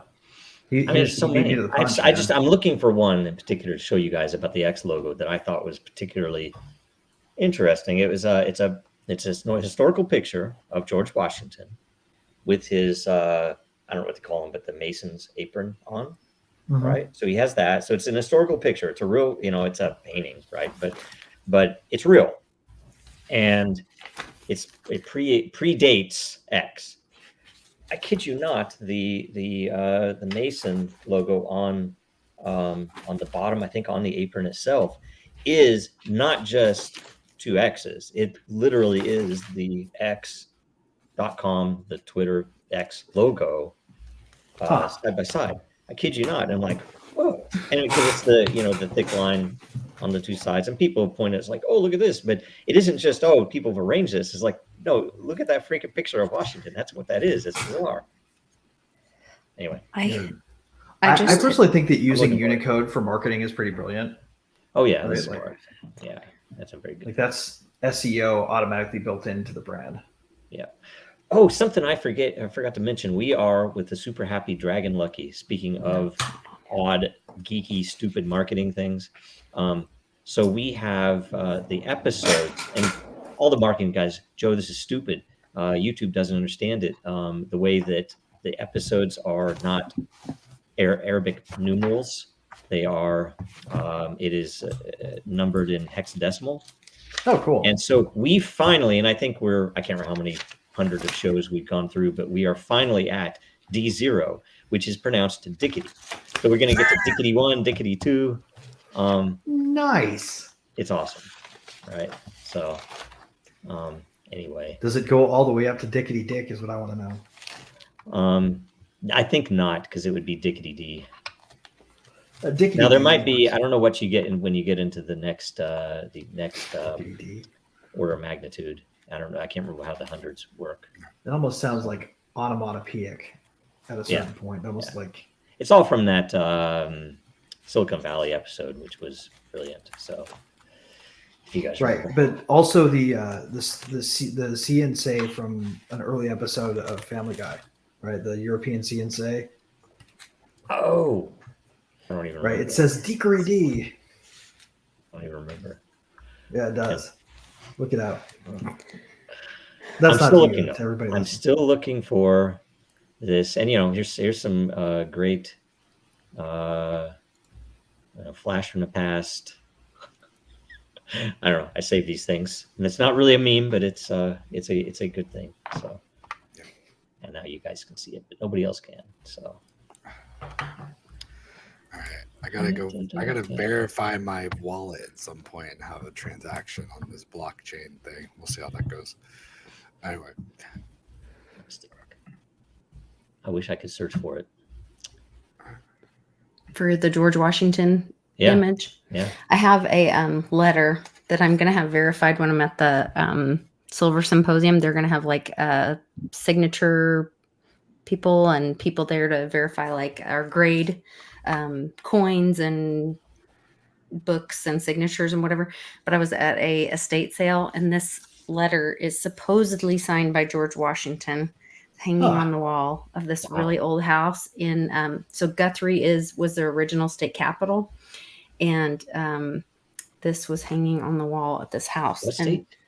so in Oklahoma. Oklahoma. Okay. Oh, okay. Yeah. Of course. Okay. I remember And that. so it was this really old house, and I That's cool. grabbed it. Yeah. You stole it? So no, I was at an estate sale. Oh, okay. And so Okay. this was one of the things I bought at the estate sale. Cool. I did not That's steal awesome. it. Yeah, I love But estate sales. I'm going to have it validated or verified to see if it's really signed by George Washington or if it's a fake. But it's supposedly from 1789, signed by George Washington. So I don't know. But I grabbed it to see if it had that All their mules. Mason symbol that you were saying. There's the largest Masonic temple is in Guthrie as well. It's on Highway 33 of all things. Jeez. That's Yeah, funny. it's a whole weird thing. Yeah. what's the oldest thing everybody owns? I'm curious. This is probably the oldest thing I own. 1789. Huh. I'd have to think of it. I think I have a small meteorite. That's probably the oldest thing to own. Well, that's cheating. Yeah. I don't know how that you can verify. How about that? Yeah. We'll call the date on the piece of paper verified. The date on the letter will count as verification. Yeah. That That would be my. not very old. Oldest thing I would actually have to be sitting right in front of me. Oh, Is over I have. I don't know which would be older. I have a Do you widow's have a mite, coin? which is a coin. This is Yeah. Turn off the filter. Oh, that's nice. Yeah. And a guitar, yeah. This is a widow's actually mite, not. and I have also. I have a coin from some Roman coin, but I can't remember. I was going to say a Roman Trajan, coin. maybe. That's Trajan, cool. maybe. It's like the cheap, crappy. I don't know what kind of metal it's made of. It's debased. So 1956 K Speed Demon with 3 Wow. independently volume and tone controlled pickups. Dude, that is Nice. awesome. Restored. Yes. Yeah. What about you, John? I've got no clue. Uh, everything I own isn't that old if it's old. And then also when I got married, I got rid of like everything. Oh. So like I really don't even know what I have that's that old. I'll have Just to you and the think. dog. It was her dog. Oh, it was her dog. It was her dog. I mean, like I was thinking about it the other day. I'm like, oh, like we're moving apartments and stuff, so like we're having to like apply to apartments and things like that.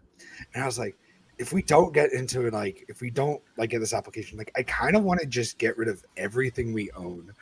And I was like, oh, what do I care about that I own? I'm like, the only thing that I want, I have 3 computers. I'm like, if I can keep one of the 3 computers, I think I'm good. My dog, my wife, and my 3 computers. One of my 3 computers, the only things I need. Like, Wow. I've got a PlayStation next to me, but I don't care. I live in New York. I should not be sitting at home playing video games all day. Like, what am I doing? So I misstated the age. I dyslexiated. It's a 65, not a 56. Oh, Still pretty 11 good. years. See, Greg brings back the 11-year issue. So I used to own something that was old. Uniquely dyslexic around something that you can't be dyslexic about, right? 11's 11, no matter who you are. yes. I feel like I owned something that was old, and then I gave it to my parents when they moved. I'm like, I don't need this. It just sits around. Can you guys hold on to it? And it's just sitting in their house. I think that I don't own anything that's really that old. That's funny. I don't like collect things, and I think it's because my wife collects a lot of things. Like she has like rooms of tea sets. Oh, I've got really not all right. So it's not that old, but it's old in terms of what it is. Mhm. I've got like a 24-year-old whiskey. Oh. That's a like good probably thing. worth like $1,400 because you can't find it anymore. We've got 2 bottles of it, and it's 24. It was 24 years old, and we bought it like a year or 2 ago. That's So, hilarious. Interesting stuff, man. Yeah, I love it. yeah. We own a lot of really good and old booze, but Nice. That's a great thing to keep around. Bizarrely collector, right? Yeah. You wouldn't think that old booze would, age so well from an investment standpoint, but like what I wouldn't give for a 1901 Lafite absinthe, right? Well, yeah, exactly. Like we have a lot of like that kind of stuff, and But you don't have any original Lafite absinthe, do you? no, I don't have any. I had like real absinthe before too. I was in Miami, and somebody found a bottle in a wine shop behind like other wine bottles. It had no label on it, kind of deal. It was I once paid a gray market importer to bring me a bootleg bottle from Val de Travers in college, but student loans are another story. Yeah, I don't know. We've got Randy. Oh, I'm sorry. I think we counted the other day. We have 26 bottles of gin, something like that. Good. It's all I don't know. We like our stuff, and they're all Alcohol like is your mostly. oldest thing. They're not like empty either. So like that's the nice part is we just drink a little bit out of all of them because when we get a new one, it's like, oh, we got to try the new one. So they just sit around. There you go. It stays, which is what's nice about that stuff. Yeah, right? I'm gonna get you something old. That's my new mission. I'm gonna send you something old, John. Sure, send me something old. I'll take it. I'll Randy's send- got a good question in the chat. How's the SEC going after Hex? They could go after the Hex guy, the initial offering, because what it is the offering. Oh my gosh. Is that the new X? Is that the new X logo for Twitter? Is that what it is? It's like what happens when an Oompa Loompa curses him. He looks like a Disney villain. Doesn't like- he? It's like Cruella DeVille's husband. It looks like Klaus Schwab's mini-me. Oh man. Photoshop is amazing. God, I hate Why that guy. Why does his face look like a fish? Well, you're worried I don't about his know. face? Oh my. Probably because he likes to put fish sticks in his mouth. Yes, he likes. Yeah, Who doesn't love fish sticks? Right. horrible. I don't know. Where is that? I feel like that's not Photoshopped. I think that's real. It might as well be. We can dream. May as well. Leisure suit Gary on the weekends, man. You've got some very specific references today, Greg. I I love don't know what's it. wrong with me today, honestly. I love it. We got a deep South Park reference, Leisure Suit Larry reference from the old video game, right? Or is that, or yeah. does that No, predate that's the video yep. game? That is a classic. Yeah. It's like it's sort of like if they took Police Quest and then they made it perverted, mildly perverted. My wife's grandmother passed away in January, and we were cleaning out her house, and she had like the Leisure Suit Larry game, but on floppy disk. It was That's what it came on. That's originally. epic. That's So it was when like I the had it. original Sierra, like but the Sierra I games. had it on a 5 1/4 when I where had you had to type and there was no clicking. Yeah, it was crazy. It's classic, man. Yeah.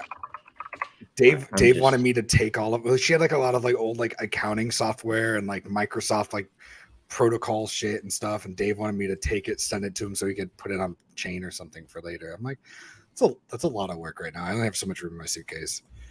Oh yeah, this is the best I can do. I'm going to let's see here. I'm going to show this. See this, and if I don't know if I can zoom in on it. That damn it, guys. Anyway, it's on some site where this is something you can buy, but that literally is, if you look in the middle here, the double X to the X logos. It's kind of crazy. It's like, oh, that's really there, and I mean, there are probably better pictures of it than that, but anyway, it's super interesting. So Dude, you had me at that weird Gensler photo. yes, and right now that's going what I'll to make do. hay with it in Dolly. If you guys are okay with it, I will just I'll just put them into, so I don't have to worry about anything that is offensive. And some won't be offensive, but anything that's overly offensive won't be in there. And I'll just have them, and we'll just cycle through for the whole show, and we'll see if they just tend to match up with what's going on or not. All right? I will say that right now, all right, somebody pointed this out. I thought it was a good point to bring up. Next month, or is it this month? There's 5 weeks, and we only took 4 suggestions. Yes. So the 5th one, somebody was like, it should be freestyle, which I feel like it's kind of could be every week kind of deal, or you could have it just be a memes week, and that could be really fun. Everybody posts their favorite memes, and then we talk about it, rate it, and I can make it like a bracket thing, and then we can come up with the best meme. That'd be pretty good. Yeah. I don't know. I feel like memes are topical though, or is the best meme one that's timeless? Right. Timeless memes. Well, I mean, is there really, okay, not to drag Rovelli into this, but is there really any concept of time? Like, isn't everything kind of timeless? Oh boy. Yeah, I like how we bring that. We got like 13 minutes left. We can straight. Is time a thing? Is time real? Well, think about this. If you live in the moment, there's no such thing as music. Yeah, everything's single notes. Single notes that transpose through time to create a chord, or not to create a chord, but to create a right. And then all of us living in the moment is what creates a chord. Right, and also tell me what time it is now where you are. You can't. It's constant because it's constantly changing. Yeah. Well, I mean, and we have no idea what kind of delay we're dealing with at any moment. At any right, like. Yeah. The craziest thing is like if you put yourself, let's say you're on Alpha Centauri and I'm here, right? And I go over to my hyperspace phone and I give you a call and I go, hey, what are you doing now? And it moves speed of light to you. Little did I know that you just left right then. We're now in your time and you flew back to Earth faster than the speed of light. My message asking you what you were doing just now hits after you've already gotten back. There's no such thing as now. No, it isn't. But there were the 80s and 90s, and this is probably one of the more brilliant things that I've seen. And Hollywood has no creativity, or else they would have already done this. Yeah. Anyway, what? That could be very funny. Wait, didn't they do that kind of? I don't know. Bill and Ted, or no, not Bill and Ted. Beavis and Butthead went to the future in their most recent movie. Yeah, isn't that the most recent like change to like the show? Yeah, that's what the new show is. It's a whole show, Right. isn't it? They literally had Really? Beavis and Butthead do the future Yeah. or something like that. Huh. So Right. there's still Beavis and Butthead, but in the context of where we are now. That's kind of what the whole premise of South Park is, because the characters and their tropes stay the same, but then it's in the context of the world we live in now, right? It's a little bit Yep, Beavis and Butthead do the universe 2022. The whole premise is they come forward in time and bring their antics with them from the 90s There you go. That's pretty into good. high school in 2020. I still think Joe's an AI chatbot, though. I still think that's part of it. We'll see what happens. Maybe. No, that could be fun. I don't know. Lisa, did you want to share your thoughts on the Hex and the SEC, by the way? Sorry we interrupted you. Oh, that's okay. No, I was just telling everybody they could check out. Reggie did an analysis on it in April Oh, of cool. 2021 on the Boom Bust blog. Pretty clear Ponzi, and so I think SEC could go after the initial offering or whatever.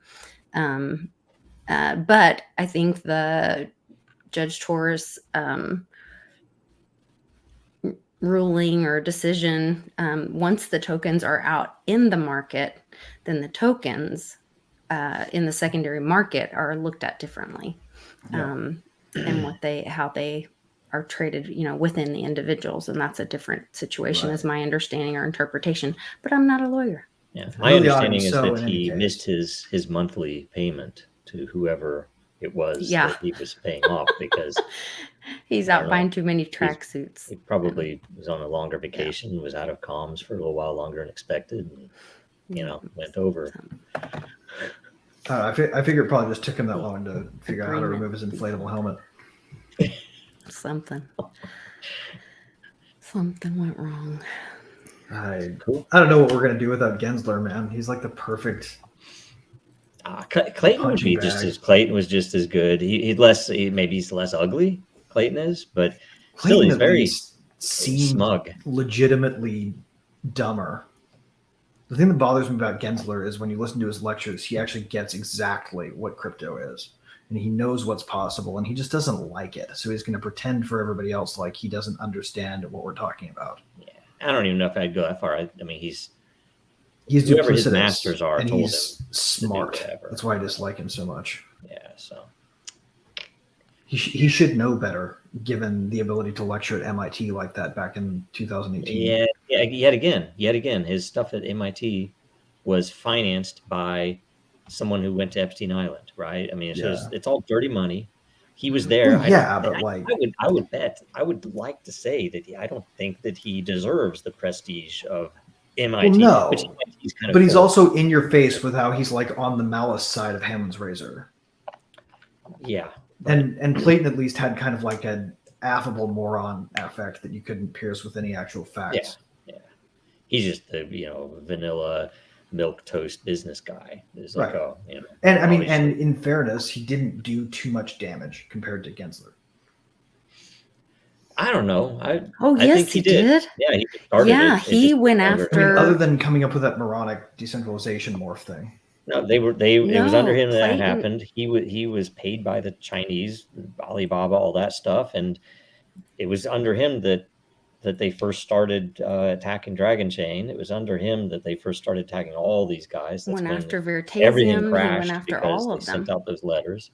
Yeah, and it's again, he's just a figurehead. It's really Jamie Dimon and all the banks and all the VCs behind the scenes that are pushing those buttons. Okay, fine. So. I'll throw him against the board. He sucks just as much. And essentially, though, the people are just like, we need to get Gensler out. It's like, guys, Gensler was just a puppet. No, we need to get Elizabeth Warren out. Take the fall, or get laws in place, right? So, one of my favorite photos I've seen recently, maybe you can pull it up, Joe, is Gensler getting marching orders from the Commodore of the anti-crypto army. I have not seen that. No, whispering in his ear. Not seen that. Fantastic. Anyway, right, that's good. That's good. I'm going to pull together as many as I can. For I don't know. I have years and years worth of cataloged and not cataloged, and now not indexed memes that I can throw up there, and and I can just scroll. I can roll through them during the show just to add a little bit of extra something to it. I don't know. Is that Oh, is that okay or no? I'm starting to come up with little bits that I can do now. That sounds Okay. fun. Okay, All right. that'll be good. We'll do another mini game show one at some point. And by the way, I think that we might even want to say you have to post a meme along. It doesn't have to necessarily be associated with your question, but you should have to post. So I think that's the wrong way to go, because you want to do behavior rewards, right? So I think if somebody were to post a picture or a meme, right, you would be more likely to upvote it. Right? Yes, you'd be more likely to give it more points because, hey, this is funny and enticing and attractive. So I think that's already in there. We just need a bigger sample size for the cream of the crop to rise to the top. Yeah. Yep. So, and you guys will have to help me figure out how offensive. And by the way, I save memes for the record, because I know that a lot of things, they have me on a list because of some of the stuff I've put into a particular cloud photo app. But that I save some of them that I don't necessarily agree with because they're funny, right? So there's some stuff that I have in this list that is like, well, yeah, it might offend somebody, but it's funny. No, you're Joe, you're onto something there. Were you doing archiving intentionally? Yes. Yeah, because I realized I would see something. I'm like, oh, that's interesting. I don't save it. I see it again. Oh, that's interesting. I save it. And then I get into some conversation with my kids or something. It's like, oh, you know what it'd be if you saw this, because they convey very precise conceptual things with imagery and humor that really cut through all the BS. And even if I don't agree with something, it's typically good to bring up in a discussion about what's right or wrong about something. It's like, well, look at this. And when I didn't have them, I'm like, shoot. And, and like say on 4chan and elsewhere, sometimes they circulate. So when I do see it then again, even though it's a little bit offensive, I'll grab it because I'm like, I need to have it. To all aspiring dissidents, though, it's a good practice. Like, guys, if you're trying to resist anything at all of import, save stuff off the internet. Just save stuff off the internet. Local hard drive. Doesn't matter if you organize it. Just load it onto your exactly machine. And put it into a Faraday cage. Frankly, I mean, it depends on how paranoid you want to get. Yeah. When you're actually being hunted by like an inflatable madman, like something out of Who Framed Roger Rabbit, like maybe you need to be paranoid like Joe. I wonder if Faraday cage is warranted if Gary Gensler's after you in an inflatable suit. We do got to get out of here soon. I got a quick question though. I was, there's all those the little books that you can buy, like novelty books that are like, oh, here's cocktail recipes, but like here's a funny name for it. Classy as fuck cocktail recipes. I don't know. Could you take the memes like that you find over the course of a year and then just put it in a book and be like, these are the memes from 2022? Yeah, that's what needs to happen. Coffee table books. Yeah, but you wouldn't be like. There's no copyright issues with that, right? No, book of the year. A meme is literally not a meme until it's been copied and reproduced once by somebody who didn't create it. Yes. Yes. No, they should. I have an artist in the family, and I was trying to convince him. It's like, dude, just we'll take a meme, or we'll take some of these things that maybe an AI derivative, and then you're going to paint it, and you're going to sell that. And you're going to sell this. Sure. And there have been a few examples of that with some artists that have been selling Pepe memes and stuff like that. It's like, you can make real money. I would buy some of these memes if they were painted by a real human and hang them on the wall. It'd be beautiful, right? But it's hard to convince me. The first thing he asked about was like, what about copyright? I'm like, it's newsworthy. There is no such thing. There is no such thing. So. Right, it's a derivative work defined by its derivativeness. Exactly. Everything you can do with it is literally fair comment. Yep. Sounds good. I like it. I'll Joe, I'll get together with you and try to put together this meme book. We'll see how that works. Anything else that we want to say before we head out of here? We got about less than a minute. Shit. I'm good. I found that photo again, Warren whispering in They Vader knew was you here. found it, and then they I was killed your gonna say, internet. You're like, you Where said did it go? bedroom. Wait, what did I name it? I named it marching orders. Hang on, I'm gonna find this shit. Nah, I don't have time. I put it in. No, I'll put it next in week. again. Next week. This Yeah. is going in the So are we memeing it next in the week? unique views layer. It'll just be a sideline. We'll do all the regular stuff, but the memes will be running on the side. If All right. if we just say, if somebody says no, whatever. We'll figure it out. Yeah. Go sign up for Ethermail. Go look at Greg's meme. Ask us questions next week. We're talking about other stuff. I forget what it is. SEC versus FTX, Whoa. right? I don't know. There's an accident in SEC. Whatever. Everybody knows what's going on. You guys just gave me Totally an idea for a fine. meme. We're cutting Gary short. Gensler and Elizabeth Warren are going to help me advertise freaking ETH mail. Great. All right. Bye. Bye. Thanks. Bye. Get us out of here, Amanda.